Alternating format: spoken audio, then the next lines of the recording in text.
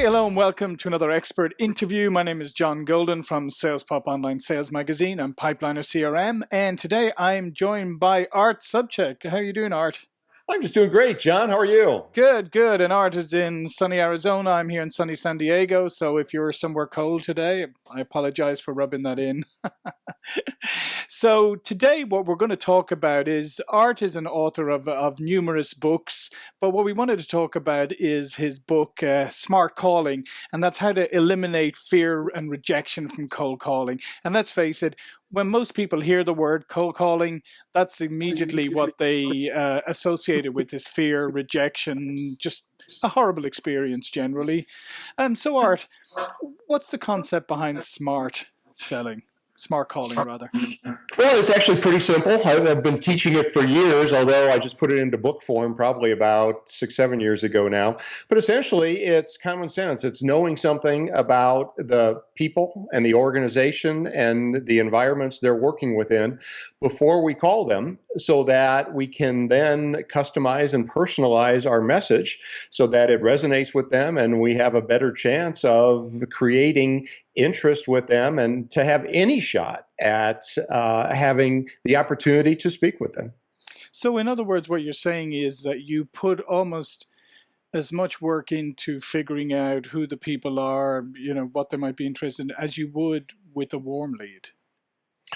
Yeah, even more so, because with the warm lead, we have a little bit of leeway because at least we know, and I'm going to assume you mean a warm lead where somebody raised their hand first. Sure, yeah. With a lead that some people, not a lead, but with a name that people traditionally would call cold. I don't want to call it cold. Well, it is cold unless we do something with it. They don't know us. We don't know them. They're not expecting our call. Matter of fact, they would probably rather not speak with somebody new. So therefore, we have to put in the time and the effort and the energy to find out about them. Because if we don't, then we're going to be perceived as all the other white noise that they're being bombarded with every day. So how do you initially overcome that whole, maybe visceral reaction that people have to the cold call? Well, the first thing I do is I try to get them to think a little bit differently than a cold call. And I actually make fun of cold calls because we've all received them. Everybody hates them. People hate placing them. And typically they result in that term rejection, right? And most cold calls are the same. It's somebody calling somebody up with a canned pitch.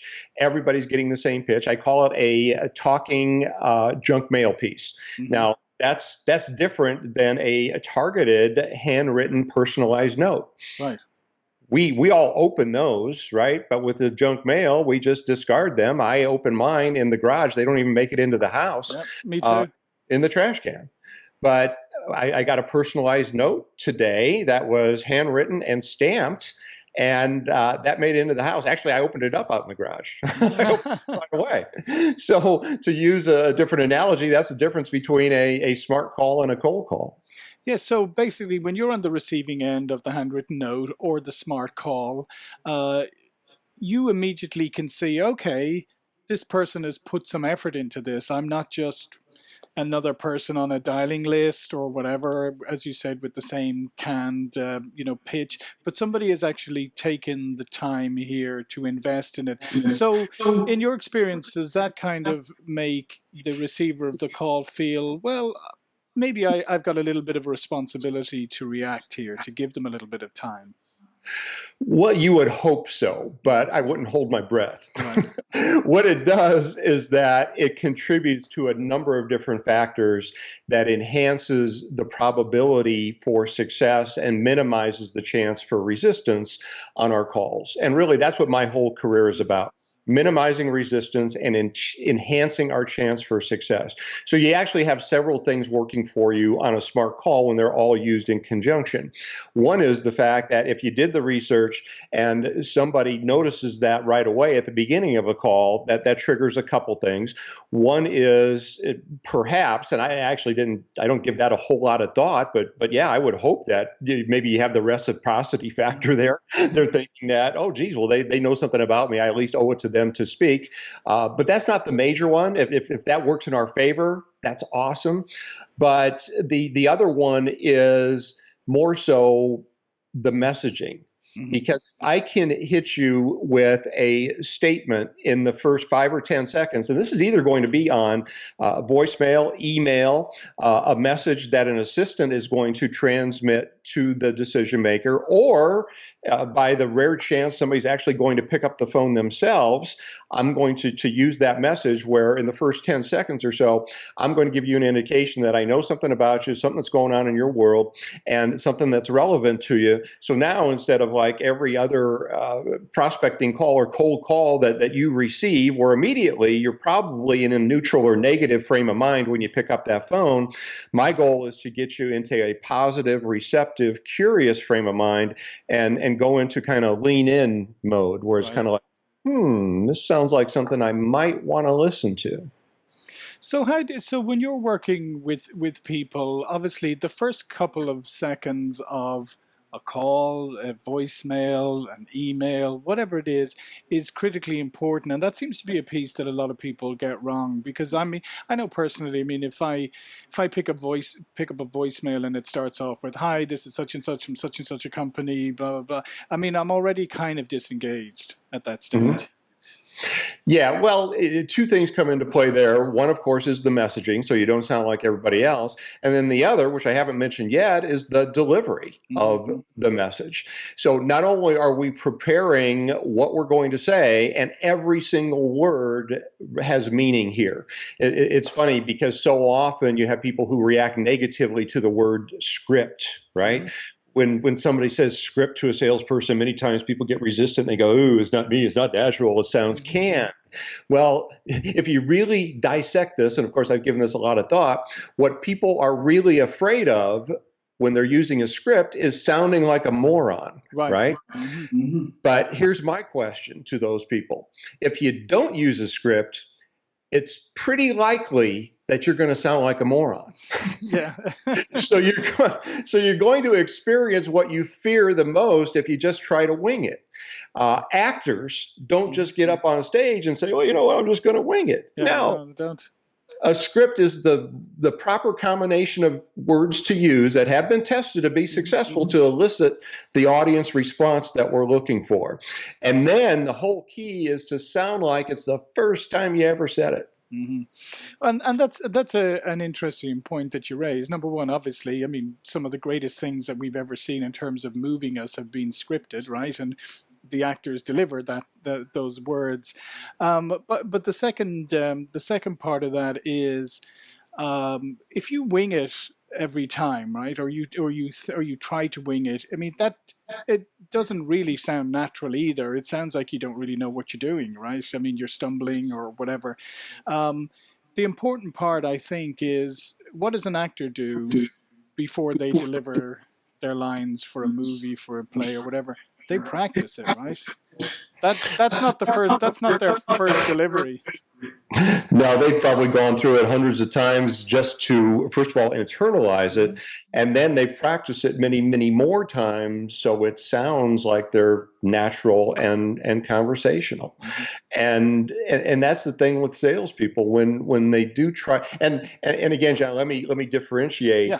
Not to say that a skilled salesperson needs to have a script up there in front of them. Hmm. I look at a script in the terms of knowing what I'm going to say, the way I'm going to say it, when I'm going to say it. And if I've said a similar thing 1,000 times, I mean, I don't need to have that there in front of me. I mean, obviously, a lot of the things I'm saying to you here today, I've said 100 times Sure. and they sound conversational. I don't have them written out here Hmm. in front of me, but most of it is not by chance. It's just not off the top of my head. Got. So if you ask me a question I don't know anything about, I'm probably going to stumble and bumble because I because I wasn't prepared for Hmm. it. So, I mean, that whole point, again, it's about, practicing and preparation, right? And I guess probably what's happened a lot is when people think cold calling, they think prospecting, they have such low expectations of that actually working that they probably don't put the prep work into it, right? Uh, After being in business for 35 years and working with hundreds of thousands of salespeople, I still haven't figured out why people don't prepare more for the thing that is going to determine whether or not they're going to pay the bills next month. So if your livelihood really depends on getting acceptance and agreement and interest from the person at the other end of the phone, why in the world wouldn't somebody do whatever it takes to prepare? And it is not rocket science. I mean, I don't claim to have the only solution out there. I think I have one of the best ones, but I mean, it's not rocket science. I mean, and I didn't invent sales in general. I mean, most of everything I have is a compilation of everything that's been working and my own experience. And it's out there. I mean, whether somebody invests the $15 in my book or somebody else's, or just goes out there and basically my whole book's online, the whole process. You can find all the pieces out there. It's not that tough to be good at this, but yet there are people who think that they're going to have to cold call, so they're going to do what they probably heard from the failed salesperson that they hung up on. And I think that's part of the reason, or probably one of the major reasons, why people hate the thought of cold calling, because they don't want to be like that guy, right? Nobody wants to sound like that guy. Yeah, and so you said, so what you say is important, then how you say it, right? So what? Give me some idea of what delivering it well looks like or means. Well, I'm going to do this off the top of my head, which I would recommend nobody does. So let's take your situation, and I might say, hey, John, Art Sobczak here with Business by Phone. And hey, I admire your work. I've listened to your podcasts, and I got to thinking that I've worked with several other people in your position, and we've got a couple tools here that really help them get their podcasts out there. In many cases, have doubled the reach of the number of subscribers they've gotten. And if I reach you at a good time, I'd like to ask you a couple questions to see if I might be able to share some information with you. Yeah, sounds good to me. No, I mean, but that's what you did there is obviously, I mean, number one, you showed that you knew something about me, and you hit on some hot buttons that, unless I happen to have the world's most listened to podcast and I'm happy with the audience numbers, my ears are going to. You don't? Up. What? We're close. But even if I did, I would still want more, Right. But, again, my ears are pricking up because you've hit a few hot buttons, right? Yeah. But done it in a conversational kind of non-pushy way, right? You really want to talk like you're talking to a good friend, or some people might say like you're talking to your grandma. Yeah, I wouldn't say your grandma because you might have to yell. But, but I mean, think about how people talk.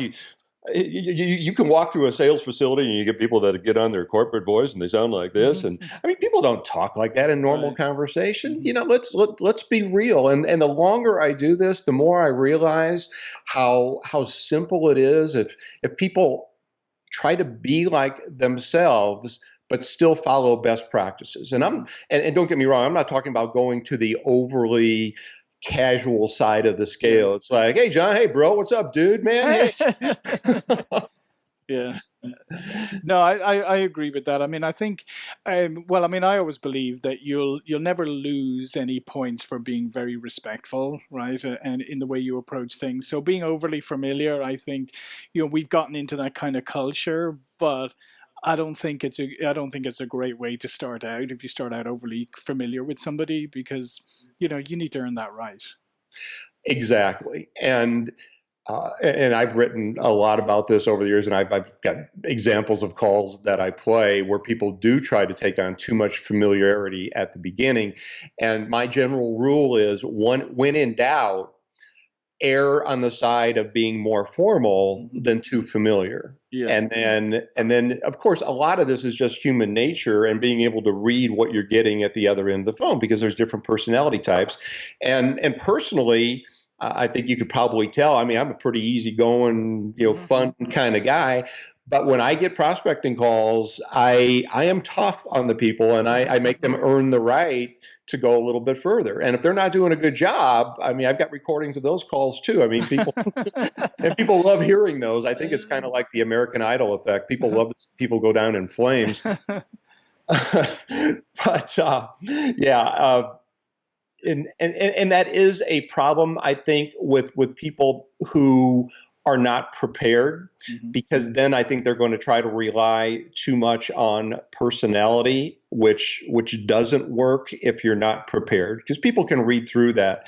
I mean, we're still placing a business call. Bottom line is we want to tell somebody what's in it for them, or hint at what's in it for them as quickly as possible. Because really, first 10 seconds, I think I mentioned this, but I want to reiterate it. There's only two purposes or two objectives for the first 10 seconds of any smart call. Number one, put somebody in a positive, receptive frame of mind, because it's pretty likely they're either in a neutral or negative frame of mind when the call came in, if they were not expecting your call. And then the only other objective is to get them talking, get them to the questions, and have them be in that positive, receptive frame of mind when they're there. Because now we have the basis for the next part of the call process, which is questioning. No, I love it. It's really, really good advice. And also another good piece of advice in there is that if you're ever calling Art, if you're ever cold calling Art, make sure you're on your game, because otherwise you're going to end up as one of his recordings. But I guarantee you, when somebody does a great job, I stay on the phone with them. I mean, I buy. I mean, salespeople are the best buyers. Yeah, it's true. Okay, so we're bumping up against the end of our time. Art, if you want to just give our viewers and listeners a little bit more information about you, how they can find out more about you, contact you, etc. Yeah, absolutely. I would say if you're looking for just a lot of great free information, go over to my blog, which is simply smartcalling.com, and there you find all kinds of tips. You can do a search on anything that you're looking for. Also there, I've got a free ebook of 501 sales tips that if you just go on the right side, you can download that. And then Smart Calling, the book, there's a link there that you can get that as well. I buy mine from Amazon, so I suggest you get yours there as well. They give me a better discount than my publisher does. So, and then I've got all kinds of other resources as well. So if you'd like to engage a little bit further, go a little bit more deeper on the process, you'll find out how you can do that there as well. All right. Well, thanks again, Art. Art Sobczak. Great conversation today. My name is John Golden, SalesPOP Online Sales Magazine, Pipeline of CRM. See you for another expert interview soon.